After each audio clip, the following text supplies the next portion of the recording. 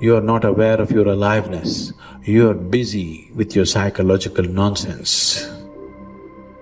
Your thoughts, your emotions have become, your psychological reality has become far more important than your existential reality.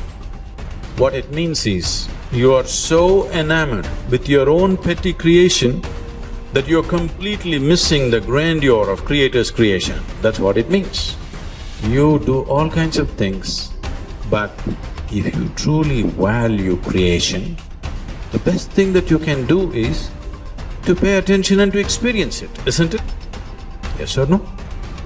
Most people are waiting for their life to change. Yes. So they can feel gratitude, to feel abundance, to feel whole. That's the old model of cause and effect, So if you're living with emptiness, you're living with lack, you're living with pain, most people have been conditioned that something out there has to take away this emptiness or feeling inside of them. But if you believe that you're creating your life and you're living by lack, well, lack isn't going to create abundance, right? So then it makes sense then that you don't really actually create wealth, you generate wealth, you generate abundance. So the moment you start teaching your body emotionally what that future is going to feel like before it's made manifest, well, your body, as the unconscious mind, believes it's living in that future in the present moment. Just sit down by yourself to visualize and daydream about your dreams, about the activities involved in that, about how you would struggle through, about what it would feel like to be victorious. All of it, the whole thing, the messy part, the ugly part. What would you say to yourself when it gets hard? That's what you need to do. To truly actualize a dream, we got to begin with seeing it and sensing it. The good, the bad, the easy, the difficult, and the victory. How you would like your life to be, what you would like your character to be 3 to 5 years down the road, if you were taking care of yourself like you were taking care of someone that you actually cared about. So you kind of have to split yourself into two people and treat yourself like someone you have respect for and that you want the best for. That's not easy because people don't necessarily have respect for themselves and they don't necessarily want what's the best for themselves because they have a lot of self-contempt and a lot of self-hatred, a lot of guilt. I think you have an obligation, it's one of the highest moral obligations, to treat yourself as if you're a creature of value. You got to start with that belief in your mind. I've got this. I can do this. I can conquer this. I can pass this exam. I can get elected for the position that I'm going for. I can create abundance in my life. These are the thoughts that you have to have in your mind in order to become successful.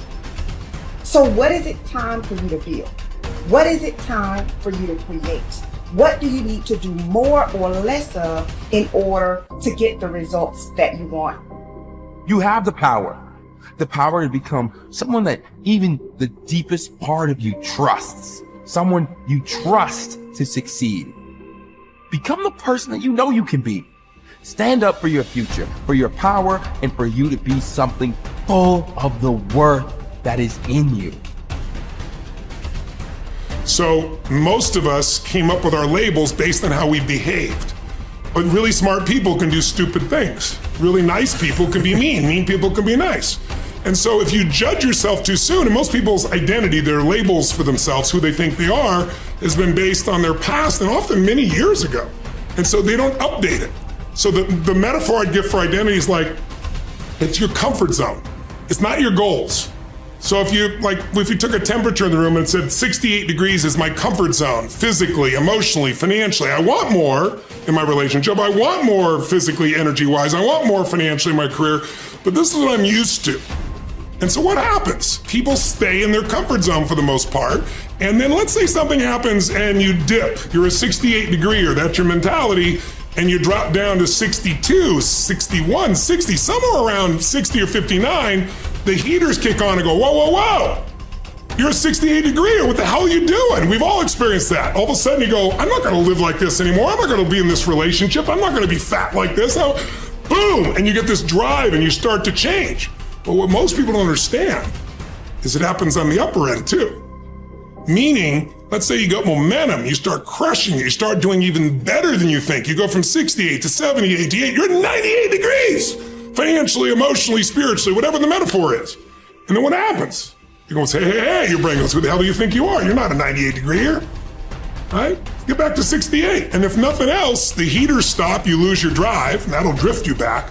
And not enough, the air conditioner can kick on, you start to kind of sabotage yourself till you get back to your comfort zone. So unless you expand your identity, change is temporary. It's like when someone says to me, I've stopped smoking, it's been 8 days. I go, why are you counting? And I say, why are you counting? So you can tell people how long you lasted this time? Like if I went to somebody and I said to you, hey, Louis, you want a cigarette?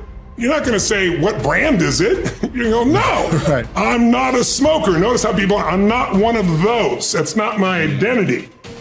Identity is the strongest force in the human personality. If you look at Lance Armstrong, who has a mixed identity now in the culture, this is a guy that had to win and found a way to win. So when he was told he had cancer in his lungs, in his brain, and in his testicles, and he rides a bike, and he's gonna die, his answer was, no, I'm a champion. I find the way. I will find the answer. And he did. Now, unfortunately, he bent the rules around the sport, and it kind of ruined his reputation, obviously. But that mentality, his identity is why he survived. Other people told they have cancer, and they're like, it's over, they give up, they start arranging their affairs. And so that psychological difference is the number one thing I work with people on, because unless you expand your identity, you're going to basically keep where you are. You might improve a little or not. You might go up and down a bit, but you're going to stay within a realm. If you're going to have an explosive breakthrough to another level, physically, mentally, financially, spiritually, then we got to not only give you the tools, we got to shift that internal sense of who you really are and have you find that you are more than anything that's ever happened to you, that you can handle whatever shows up, even if it's incredibly scary or uncomfortable. Personal responsibility is true and wildly optimistic. And it is people's belief system and the value system that they cobble together over a lifetime that will lead them to reject that. And all I can say is reject it at your own peril for the following reason. Personal responsibility is about remembering you can do something and change. And I can sum up personal responsibility in a single quote by Kobe Bryant. Boos don't block dunks. That's personal responsibility. You can get so good at something that no matter how much people hate you, the best athletes in the world were paid millions of dollars and trained to stop Kobe Bryant from scoring. And yet he scored 81 points in a single game. So you can get so good no matter how much people hate you, no matter how much they're training and trying to defeat you, they can't. And that is the most exciting thing in the world to me. That, wait, you're saying that I can get so good at something that at least the vast majority of humanity can't stop me? There will always, of course, unfortunately, I don't yet believe that I am Kobe Bryant in anything that I care about. So, but that I can get better than the vast majority of humanity at something by dedicating my time and energy to that thing. That is so cool. That is so liberating. It's changed my life. It's given me hope. It got me up off the floor. It in every possible way, it has changed my life. It is the thing that I rely on when I'm feeling my most anxious. I'm like, I can get better at this. A word. And then I remember, that's right. Like if I put time and energy into this, I can get better. So it's okay if I'm actually not good at this. You have only to keep in mind the experiences you wish to meet in order to control your own future. Shakespeare expresses the same thought in another way. Assume a virtue if you have it not. Look the part, dress the part, act the part. Be successful in your own thoughts first. In other words, fake it till you make it. Basically, when it comes to personality traits, there is no difference between possessing them and pretending to have them. Dr. Carl Simonton said that mind, body, and emotions are a unitary system. I affect one and you affect the others. This means that you can pretend to be confident or courageous, and the cocktail of chemicals inside your body for those attributes will be created, and you will indeed feel confident or courageous. Pretending you have a character trait such as confidence is not the same as pretending you can scale mountains or play the tuba. Those particular skills must be learned. Characteristics such as courage, confidence, and enthusiasm are created in the mind by the pictures you create, though. Acting as if sets a positive expectation. We believe something to be true and then act in a way that brings that assumption about. This can be a positive or negative force. The effect of self-fulfilling prophecies has been demonstrated by objective scientific experiments. In one study at the start of the 1968 school year, Dr. R. Rosenthal gave a non-verbal intelligence test to 18 classrooms of elementary school students in a Californian public school district. 20% of the students, selected randomly, not on test score, were then identified as intellectual bloomers, and their teachers were told they could expect to see remarkable intellectual gains in the coming year. The only difference between these students and the other 80 was the expectations created in the teachers' minds. When both groups were retested 8 months later, the bloomers had gained in IQ points over the other group. This is significant because it shows that altered expectations can result in unconscious changes in behavior that dramatically change the outcome. In another study during the 1970s, 152 cancer patients were assessed based on their expectation and attitude about their treatment, and then each was monitored for 18 months. The results clearly indicated those with a positive expectation about the treatment got the best result.